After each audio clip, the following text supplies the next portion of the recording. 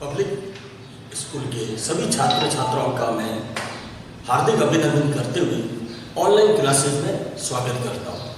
जैसा कि हम टेंस फॉर्मेट में हमने पहले भी कुछ टेंस किए हैं। हमारा पिछले वीडियो में आपने देखा होगा कि प्रेजेंट टेंस के चारों टेंस हम पूरा कर चुके हैं। आज हम एक नया उसी क्रम में आगे बढ़ते हुए आज हम पास्ट टेंस की चर्चा करेंगे। पास्ट टेंस के चारों फॉर्मेट को हम समझते हुए उसकी चर्चा करेंगे। तो पास्ट टेंस में जो सबसे पहले शुरू होता है पास्ट इंडेफिनिट या पास्ट सिंपल टेंस। जैसा कि आप बोर्ड पे देख सकते हैं, मैंने लिखा है।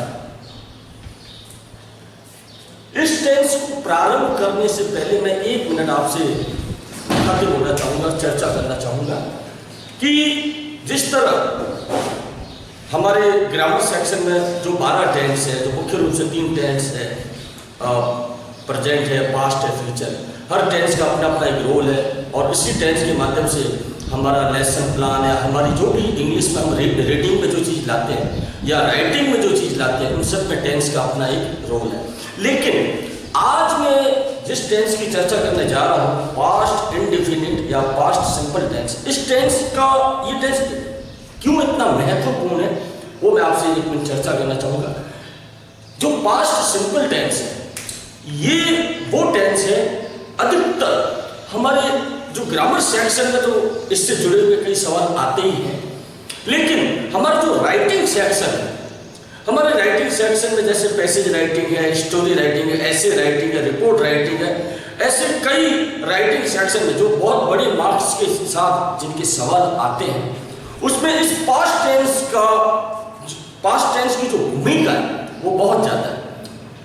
आप देखें, अगर हम किसी ऐसे राइटिंग में भी जब किसी घटना के बारे में या किसी चीज़ के बारे में जब लिखते हैं, तो उसमें अधिक से अधिक हम पास्ट सिचुएशन, भूतकालिक जो स्थिति है उसको ज़्यादा एक्सप्रेस करते हैं या लिखते हैं। तो उसमें हमेशा पास्ट जो टेंस है उसका प्रयोग ज़्यादा से ज़्यादा होता है।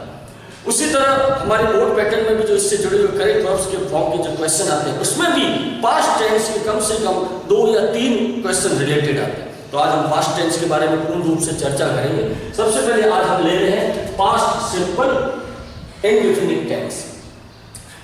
जैसा कि ये टेंस भूतकालिक घटनाओं पे है, भूतकाल की घटनाओं में दिखाता है, भूतकाल में होने वाली बातों को बताता है। बिल्कुल आप देखें, मैंने आपके सामने इसकी हिंदी में पहचान लिखी है। बिल्कुल आप देखें, यहाँ पे हिंदी में पहचान, बहुत ध्यान से देखें हिंदी में पहचान। आ, या, ई यानी बड़ी ई, यो, ता, था, ते, थे, ती, थी, था, थी, थे। अक्सर हिंदी में लिखे जाने वाले जो वाक्य हैं, जिसमें पीछे उन वाक्यों के अंत में अगर आप देखें, अगर आपको इस तरह के शब्दों की अगर पहचान हो या इस तरह के शब्द अगर आप पाते हैं, तो आप निश्चित रूप से समझ सकते हैं कि ये जो बात कही गई ये भूतकालिक है। और अगर हमें इसे इंग्लिश में ट्रांसलेट करना है तो हम मुख्य रूप से इस टेंस का, पास्ट सिंपल टेंस का प्रयोग करेंगे। हिंदी से इंग्लिश, इंग्लिश से हिंदी। उसमें पीछे बस यही है कि हिंदी वाक्यों में आपको पीछे इन शब्दों को ध्यान से देखना है। उसने खाना खाया, क्या वह कल पढ़ा था, उसने कल क्रिकेट खेला था। तो ये जो आप देखें पीछे था, या, ई, है ना, उसने पढ़ाई की थी। तो आप देखें इन शब्दों के पीछे, इन वाक्यों के पीछे जो वर्ड आए हैं, थी, या, ई, ये वर्ड हमें बताते हैं कि ये जो वाक्य है ये पास्ट में है, भूतकाल में है। अगर हमें इसको इंग्लिश में ट्रांसलेट करना है तो हम इसको इस टेंस के माध्यम से उसको इंग्लिश में ट्रांसलेट करेंगे। यदि कई बार ऐसा भी होता है, हमारे लेसन्स में कई लाइन्स ऐसी लिखी हुई होती है जिसको हमें हिंदी में ट्रांसलेट करके समझना होता है। तो समझने के लिए आप पहले देखें कि उस टेंस के अंदर जो अंग्रेजी में पहचान है, उसकी जो हेल्पिंग वर्ब है वो क्या है। यदि हेल्पिंग वर्ब उसकी सेकेंड फॉर्म में है तो आप बिल्कुल उसको सही, इस टेंस में उसको सही हिंदी में ट्रांसलेट कर सकते हैं, है ना। ये हिंदी और अंग्रेजी की पहचान है।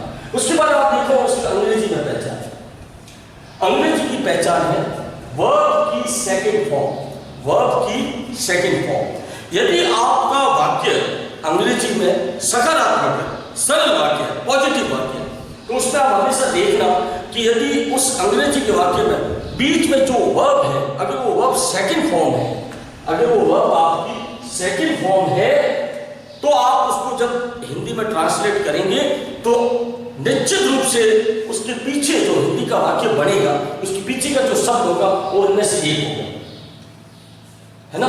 तो ऐसे अंग्रेजी वाक्य जिसमें सेकंड फॉर्म है तो आप उसको सही तरीके से हिंदी में ट्रांसलेट कर पाओगे, और ऐसे हिंदी वाक्य जिसमें पीछे ये शब्द है तो आप उसको इस फॉर्म के माध्यम से, इस सेकंड फॉर्म के माध्यम से उसको सही इंग्लिश में ट्रांसलेट कर पाओगे। इसका पहला जो स्ट्रक्चर है अफर्मेटिव स्ट्रक्चर, सकारात्मक वाक्य, सरल वाक्य, पॉजिटिव सेंटेंस। तो देखिए इसका स्ट्रक्चर, सब्जेक्ट वर्ब की सेकंड फॉर्म प्लस ऑब्जेक्ट, है ना। बिल्कुल देखिए ध्यान से, सब्जेक्ट वर्ब की सेकंड फॉर्म प्लस ऑब्जेक्ट। एक हिंदी में मैंने वाक्य लिखा है, मैं इस घर में रहता था, मैं इस घर में रहता था। अब बिल्कुल देखें पीछे जो वर्ड आप देख सकते हैं, ता था, ता था, बिल्कुल ये ना, ता था। अब हमें इसको इंग्लिश में, अंग्रेजी में ट्रांसलेट करना है, तो बिल्कुल हमें पता चल गया इन शब्दों के माध्यम से कि ये पास्ट सिंपल टेंस में बदलेगा और उस पास्ट सिंपल का जो अफर्मेटिव स्ट्रक्चर है उसके अनुसार बदलेगा। तो आप बिल्कुल देखें इसका स्ट्रक्चर मैंने जैसा बताया था, सब्जेक्ट वर्ब की सेकंड फॉर्म प्लस ऑब्जेक्ट। तो बिल्कुल मैं के लिए आ जाता है आई, फिर उसके बाद हमारा सेकंड फॉर्म आ जाती है लिव, तो रहने को लिव वैसे कहा जाता है, लेकिन ये पास्ट में ये लाइन है, भूतकालिक लाइन है, तो रहता था हो जाएगा, तो इसलिए हम सेकंड फॉर्म यूज करेंगे। सेकंड फॉर्म के बाद इन दिस हाउस, इस घर में, इस घर में। तो आप देखें कि आपने इस भूतकालिक हिंदी वाक्य को आपने किस तरह अंग्रेजी में बदल दिया। उसके बाद आ जाते हैं नेगेटिव स्ट्रक्चर। नेगेटिव स्ट्रक्चर आप देखें,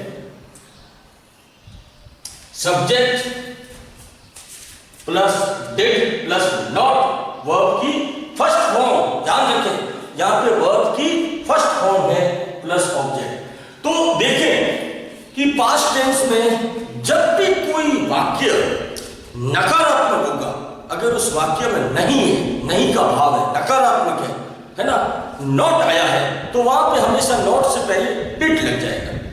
डिड भी एक तरह की फॉर्म है। तो आप देखें कि यहां पर मैंने लिखा है, लड़कों ने अपना पाठ याद नहीं किया, लड़कों ने अपना पाठ याद नहीं किया, नहीं किया। अब देखें ये नहीं का मतलब होता है नॉट, नहीं का मतलब होता है नॉट। अब आपको उसको अंग्रेजी में ट्रांसलेट करना है, जैसा कि आप देखें इस वाक्य में पीछे या है और ये या ये है ना।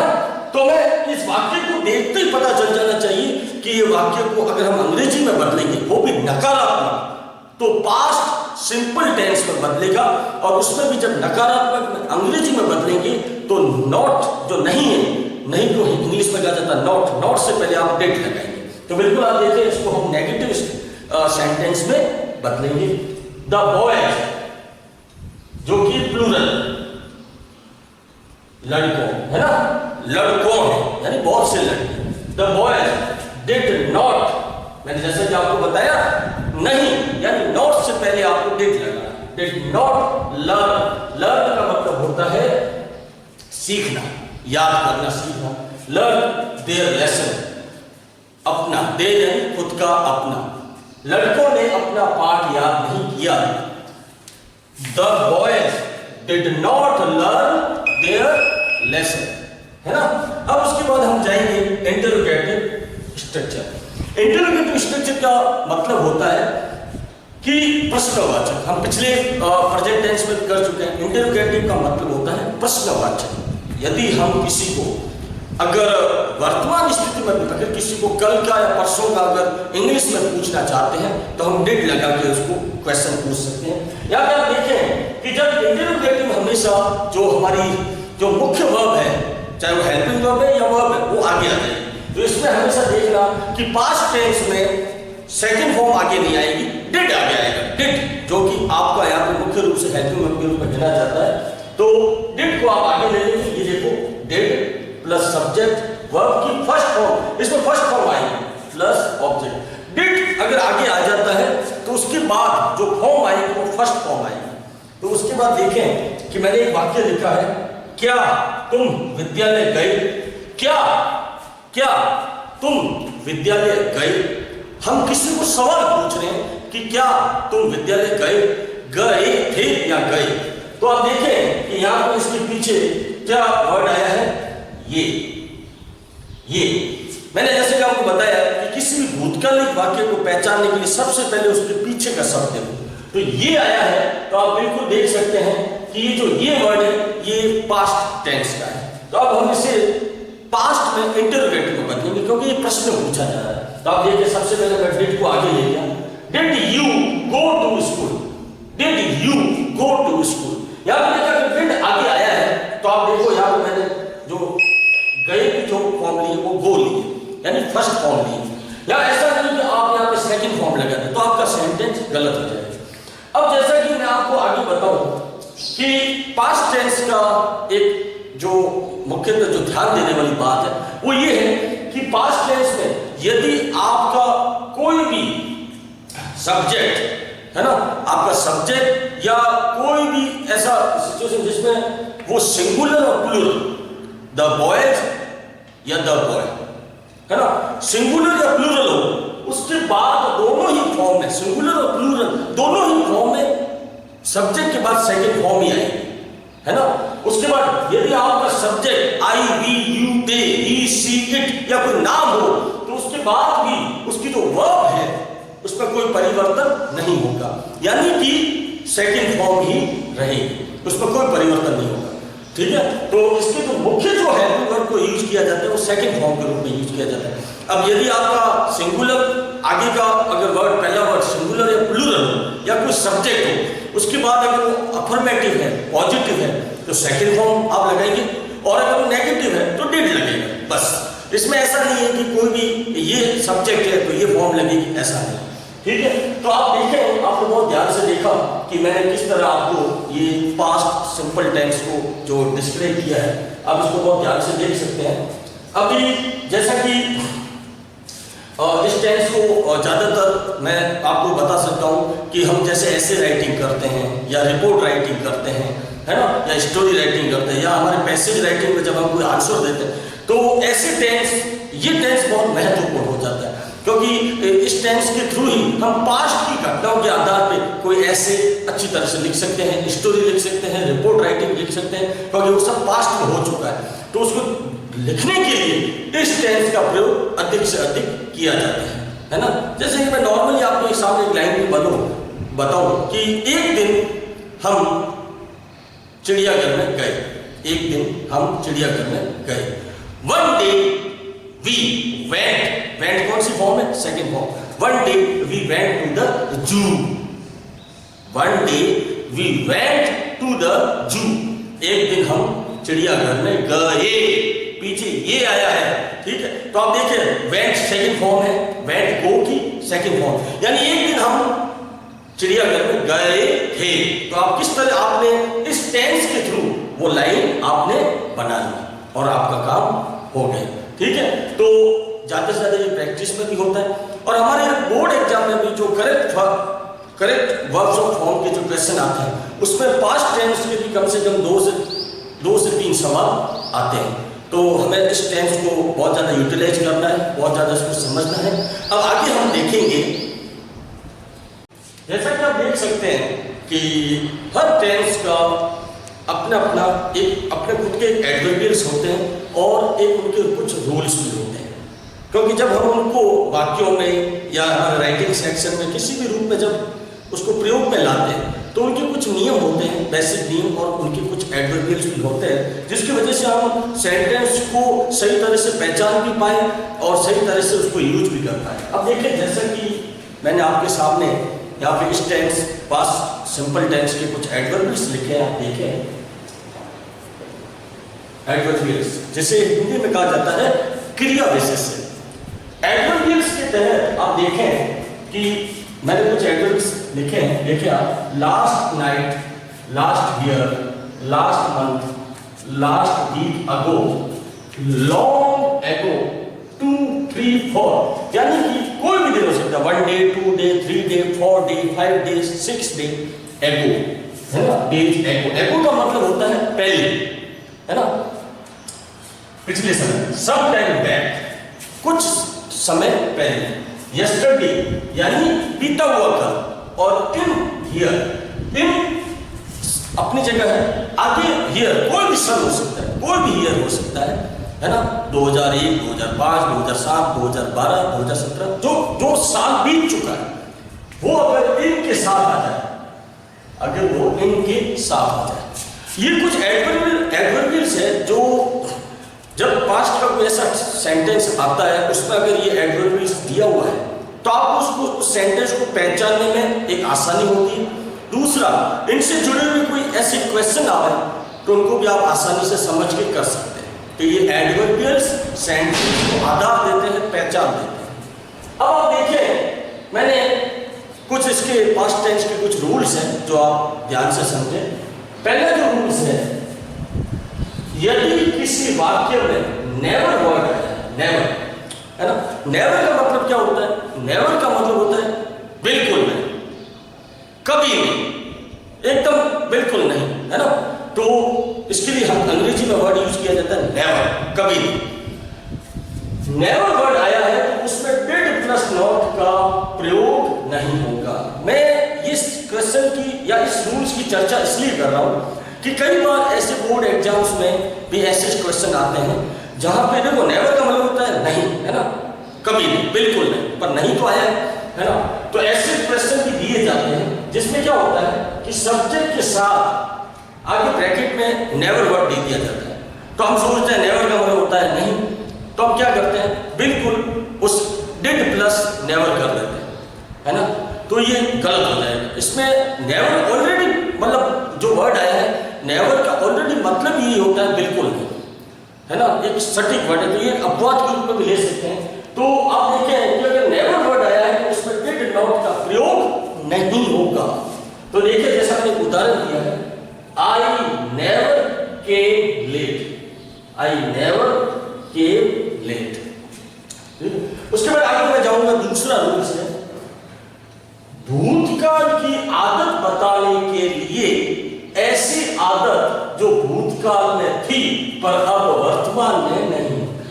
कई बार पास्ट टेंस में ऐसा एक सेंटेंस भी आता है जो हमारे नॉर्मली क्वेश्चन में आता है, जो हमारे 10th में जो सेक्शन सी में करेक्ट वर्ब्स ऑफ फॉर्म के जो क्वेश्चन आते हैं, आधे नंबर के 8 क्वेश्चन आते हैं, उसमें पास्ट सिंपल टेंस के कम से कम 2 सवाल रहते हैं, कई बार 3 भी आ जाते हैं।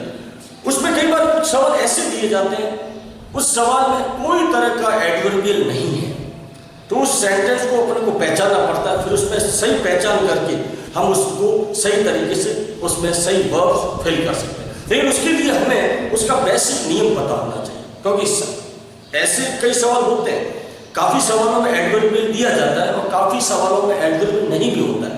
1-2 क्वेश्चन ऐसे होते हैं, लेकिन उसमें आपको थोड़ा बेसिक नियम पता होना चाहिए। जैसे ये है कि भूतकाल की आदत बताने के लिए, भूतकाल जो काल बीत गया, भूतकाल की ऐसी आदत जो कोई टाइम में आपको थी पर अब नहीं।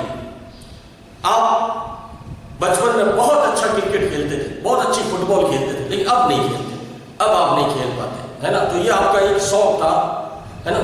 तो जो भी, तो आप देखिए, मैंने यहाँ एक सेंटेंस लिखा है, When he was young, जब वह बहुत युवा यानी जवान था, he used to play cricket। अब देखें कि क्वेश्चन इस तरह आ जाता है, ऐसी लाइन होती है बिल्कुल, और आगे अगर ऐसे ब्रैकेट में एक सिंगल फॉर्म दी होती, फर्स्ट फॉर्म, तो आप देखें कि आपको सबसे पहले सेंटेंस में इसमें आप देखो क्लॉज दिया हुआ, व्हेन क्लॉज दिया है, लेकिन व्हेन क्लॉज काफी सेंटेंस में आता है, इसके बाद के भी जो सेंटेंस उसमें भी व्हेन आएगा, है ना। तो क्या करें, आप उसमें देख रहे हैं कि इस सेंटेंस में यहाँ पे अगर ब्रैकेट है, यहाँ ब्रैकेट होता है और यहाँ पे इस तरह का सेंटेंस होता है, व्हेन के साथ वाक्य शुरू होता है, उस दूसरे वाक्य में हमने सेकंड फॉर्म पर। इस सेंटेंस में आप देखें कि एक आदत बताई जा रही है कि जब वह जवान था वह बहुत अच्छा क्रिकेट खेलता था, मतलब ज्यादातर वो क्रिकेट खेलता था। तो एक भूतकाल की आदत बता रहे, अब वो नहीं खेलता, भूतकाल में खेलता। इस नियम को समझते हुए आप इसमें आके सेकंड फॉर्म भर देंगे। हालांकि ऐसे क्वेश्चन बहुत कम आते हैं। अब इसका जो एक मुख्य जो अगली बात मैं बताने जा रहा हूं वो बात ये है कंडीशनल सेंटेंस। कंडीशनल सेंटेंस क्या होता है? दो अलग अलग तरह के सेंटेंस मिलते हैं और उनको मिलने के लिए एक विशेष वर्ड्स का यूज किया जाता है, कंडीशनल सेंटेंस, है ना। तो आप देखें ऐसे सेंटेंस में आपको एक चीज ध्यान रखनी है कि इस सेंटेंस में हमेशा कई बार प्रतियोगी परीक्षाओं में भी ऐसे क्वेश्चन आते हैं और 10th लेवल पे भी आते हैं, 11th लेवल पे भी आ जाते हैं। ये कंडीशनल सेंटेंस है, कई बार इनका कोई भी बोर्ड एग्जाम में 2-3 सालों में एक बार आते ही आते हैं। इस तरह के सेंटेंस में क्या होता है कि आप ध्यान दें कि जैसे कि कोई सेंटेंस में ऐसा एक सेंटेंस आता है और उसमें अगर यदि आगे इफ वर्ड आया है, ये वर्ड इफ वर्ड आया है, हालांकि कंडीशनल सेंटेंस में अलग अलग होते हैं जिसमें आगे इफ दिया रहता है, लेकिन इस तरह के वाक्य में जो मैं आपको एक बात बताऊं, यहां पर जो ये इफ आया है, इफ के साथ मान लो यहां पर सब्जेक्ट के बाद अगर सेकंड फॉर्म आई है, जैसे मान लो यहां एक सेकंड फॉर्म आ गई न्यू, नो न्यू नो, ये सेकंड फॉर्म है। मान लो यहां पे सेकंड फॉर्म आ गई तो उसके आगे का जो ब्लैंक होगा, आगे जो खाली दिया होगा वहां पे आ जाएगा वुड, जैसे ये फर्स्ट फॉर्म है टेल, तो ये टेल आ जाएगा, आई वुड टेल।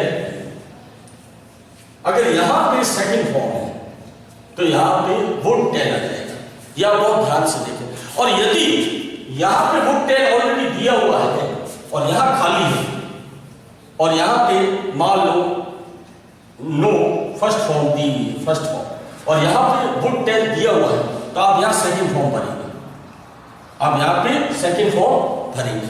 दोनों में आगे पीछे हो सकता है, बस ध्यान ये रखना है कि वो सेंटेंस इफ से शुरू हो रहा है और यदि यहां सेकंड फॉर्म है तो यहां वुड प्लस टेल और यहां ऑलरेडी वुड टेल दिया हुआ, यहां खाली जगह दी हुई और यहां पे फर्स्ट फॉर्म है, तो आप यहां सेकंड फॉर्म रख देंगे, है ना। ऐसे सेंटेंस भी आते हैं। उसके बाद देखो मैं आपके सामने पास्ट टेंस के कुछ एग्जांपल्स, कुछ सेंटेंस आपके सामने ले रहा हूं, आप ध्यान से उनको देखें, समझें और अपनी पाठ्य पुस्तक में, अपनी बुक्स के माध्यम से ऐसे सेंटेंस को मिला। तो देखिए सबसे पहले मैंने आपके सामने एक सेंटेंस लिखा है, ही ब्लैंक खाली स्थान गिव मी अ पेन यस्टरडे। बहुत ध्यान से इस सेंटेंस को आप देखें, ही खाली स्थान give me a pen yesterday.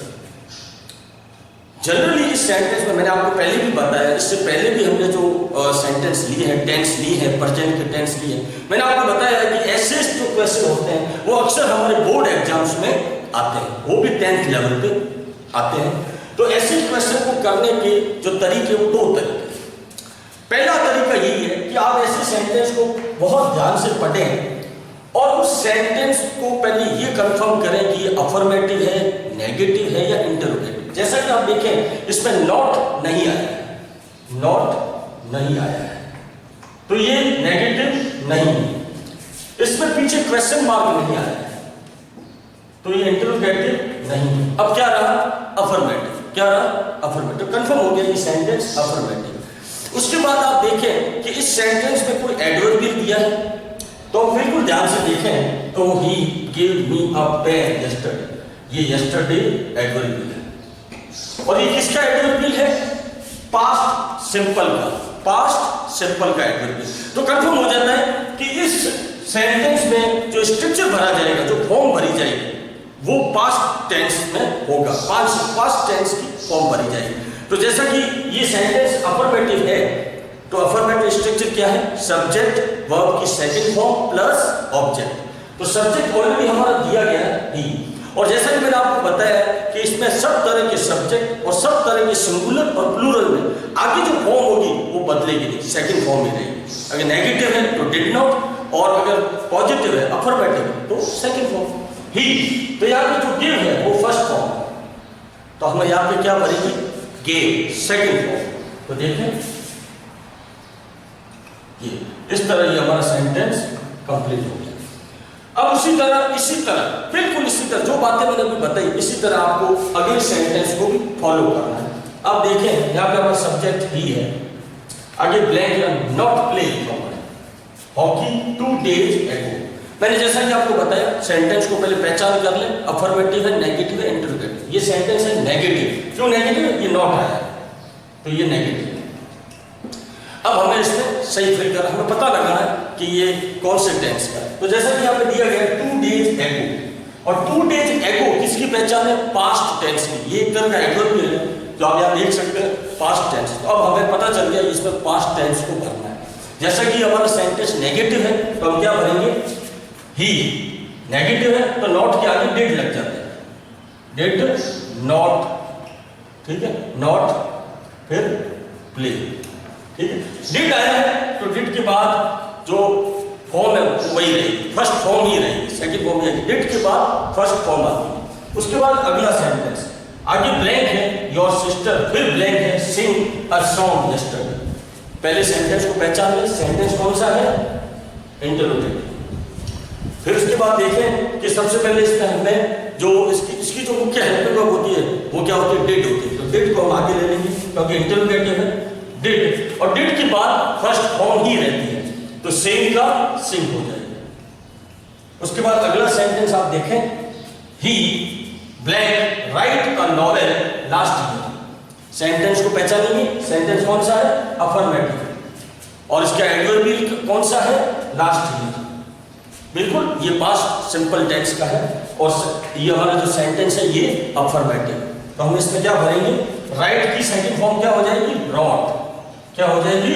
Rot. He wrote a novel last year. उसके बाद लास्ट अंतिम सेंटेंस देखेंगे, India blank become free in 1947। सबसे पहले सेंटेंस की पहचान करेंगे, कौन सा है ये सेंटेंस? अफर्मेटिव। उसके बाद हम पहचान करेंगे कि ये किस टेंस का है। जैसा कि यहाँ पे आया है इन 1947, इन 1947, इन के साथ ईयर आया है, जैसा कि आप देख सकते हैं यहाँ पे इन के बाद कोई भी साल जो बीता हुआ साल, इन 1947, ठीक है। तो ये जैसा कि हमें पता चल गया ये पास्ट टेंस का है तो हम इसमें सेकंड फॉर्म भरेंगे, बिल्कुल, क्योंकि ये अफर्मेटिव है तो सेकंड फॉर्म भरी जाएगी। सारे अफर्मेटिव में सेकंड फॉर्म भरी जाती है। यहाँ दिया गया become, become, became, become, become first form, became second form and become third form. तो बिकम की सेकंड फॉर्म हो जाएगी बिकेम, तो यहाँ लिख देंगे बिकेम, ठीक है। तो ये हो गया ठीक है। तो आपने देखा कि इस तरह हम पास्ट टेंस को समझते हैं। जिस तरह हमारे बोर्ड एग्जाम इससे जुड़े हुए रिलेटेड जो क्वेश्चन आंसर आते हैं, जो क्वेश्चन आते हैं उनको हम किस तरह हमें करना है, जो करेक्ट वर्ब्स के, और उसके साथ साथ जो हमारी राइटिंग सेक्शन है उसमें भी पास्ट टेंस का बहुत ज़्यादा इसकी भूमिका है। तो पास्ट टेंस के थ्रू ही हम ऐसे स्टोरी, रिपोर्ट राइटिंग सब कुछ कर सकते हैं, है ना, और वाक्यों को बना भी सकते हैं और उसको ट्रांसलेट भी कर सकते हैं। तो सब तरह से टेंस बहुत जरूरी है और टेंस के माध्यम से हम इंग्लिश को रीड कर सकते हैं, समझ सकते हैं, है ना, क्योंकि टेंस से ही पूरा ग्रामर सेक्शन और लेसन रीडिंग सब तैयार होता है, ठीक है। तो बिल्कुल आज हमने पास्ट टेंस को, पास्ट सिंपल टेंस को समझा, इसको कंप्लीट किया और आगे हम इसी क्रम आगे नए